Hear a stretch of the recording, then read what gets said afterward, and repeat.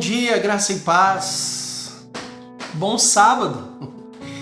Não é muito comum, termos uma devocional ao sábado, mas não poderíamos deixar de passar neste sábado de 31 de outubro de 2020.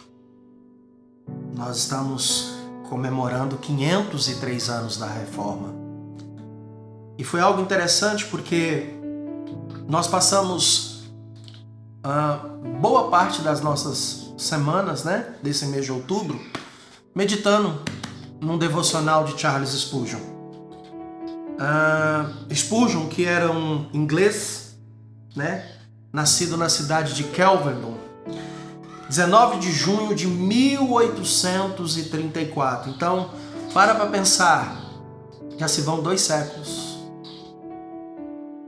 Spurgeon faleceu na França em 31 de janeiro de 1892. Então, veja que esse grande pregador batista, ele se tornou um homem muito influente. Alguém que é conhecido nos nossos dias como o príncipe dos pregadores. Spurgeon também ele é adjetivado como o último dos puritanos, porque Spurgeon foi um homem que verdadeiramente ele herdou o protestantismo reformado com toda a seriedade de alguém que se entregou ao Evangelho. Um homem que, quando pregava, as multidões estremeciam.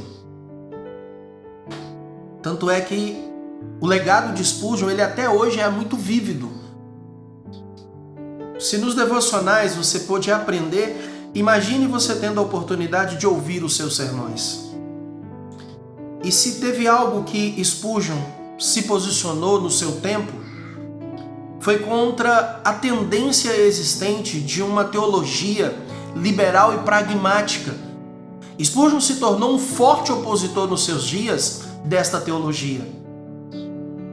E o que nós aprendemos com a vida de Spurgeon é que, como alguém que subscreveu a sua confissão de fé, a confissão de fé batista, Spurgeon era batista, a confissão de 1689, até o seu último dia de vida, subscrevendo a sua fé, a confissão de fé, Spurgeon se tornou um pregador da palavra, um expositor do Evangelho. E nós, irmãos, que herdamos hoje, 31 de outubro, nós estamos fazendo 503 anos. A reforma ela se iniciou em 1517, mas ela só foi encerrar quase que um século depois, no ano de 1600 e pouco.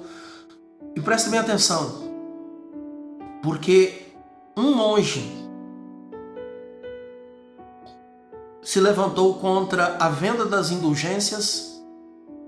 O que ficou marcado, simbolizado, foi o fixar nas portas da igreja do castelo de Wittenberg as 95 teses, no qual ele se posicionava contra aquilo que a igreja vinha praticando.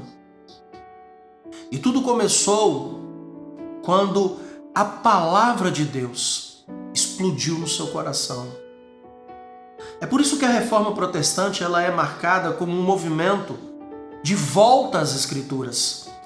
E a reforma acabou culminando naquilo que são os pilares, os princípios fundamentais daquilo que nós cremos e daquilo que nós professamos, que ficou conhecido como as 5 solas.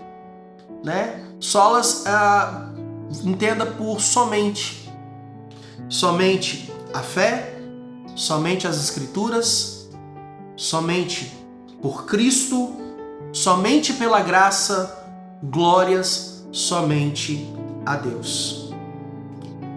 Por causa desse texto, lido em Romanos, capítulo 1, verso 17, visto que a justiça de Deus se revela no Evangelho de fé em fé, como está escrito, o justo viverá por fé.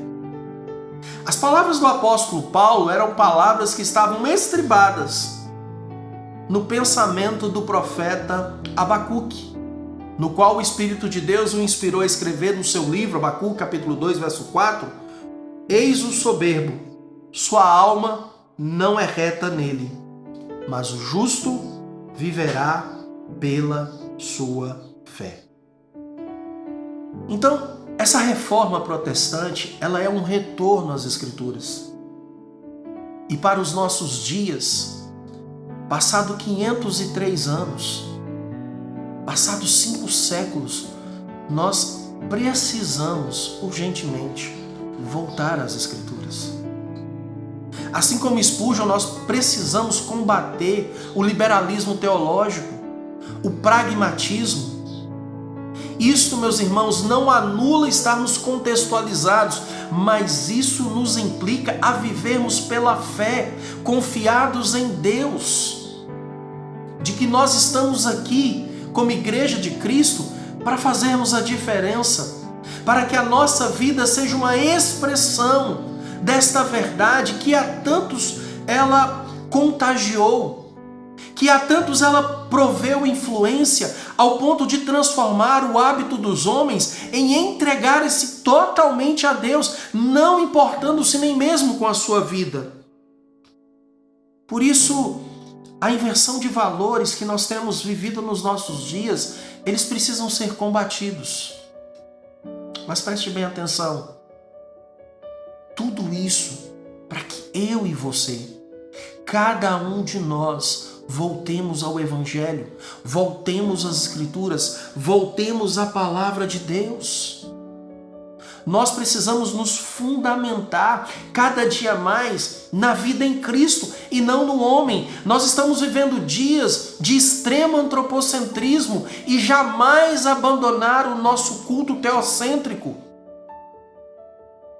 E, no entanto, nós vemos cada dia mais o pensamento antropocêntrico sendo gerador de influência naqueles que dizem adorar em espírito e em verdade. Como que é possível adorar em espírito e em verdade se adoramos muitas vezes a criatura ao invés do Criador? Por isso eu quero chamar você a uma reflexão nesse maravilhoso dia. É a graça de Cristo que nos sustenta. É a graça que foi derramada abundantemente em nossos corações. Nós estávamos mortos em nossos delitos e pecados, mas Ele nos deu a vida. Ele confiou a nós a proclamação deste Evangelho. Ele tem nos enviado ao mundo para fazermos discípulos de todas as nações. E cada dia mais a igreja ela volta para si mesma. Quando nós deveríamos seguir o exemplo de Cristo e sermos mais doadores, nós precisamos ser mais aqueles que se entregam, que servem, que abrem as portas, que se tornam para fora, cuja glória, cuja expressão de louvor, elas sejam dadas somente a Deus. Porque é por meio dele que nós somos alcançados. E é para Ele que retornam as obras das nossas mãos.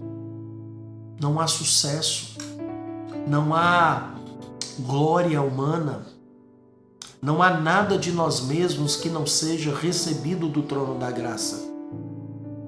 E que como vasos de barro, recebendo o mais precioso tesouro, e na fragilidade do nosso ser, nós temos anunciado a verdade que liberta, a esperança que salva o coração caído.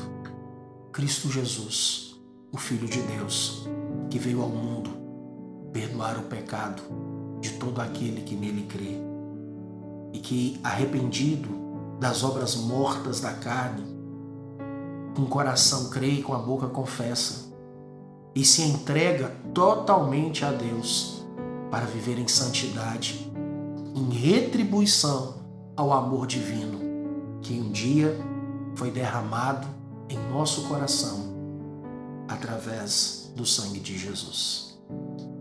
Que nós, da Igreja Presbiteriana Floresta, continuemos protestando contra o pecado, que nós continuemos protestando contra a influência cultural desse mundo, que nós continuemos protestando contra o engano, a falsidade, a mentira que tem sido anunciada em nome de Deus, mas que não é coerente com o Evangelho de Deus.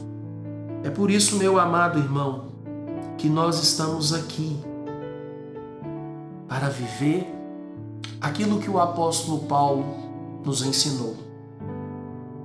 A salvação é pela graça, a salvação ela é pela fé, para as obras, com o único propósito de que Deus seja glorificado por toda a eternidade. Porque dele, por meio dele e para ele são todas as coisas.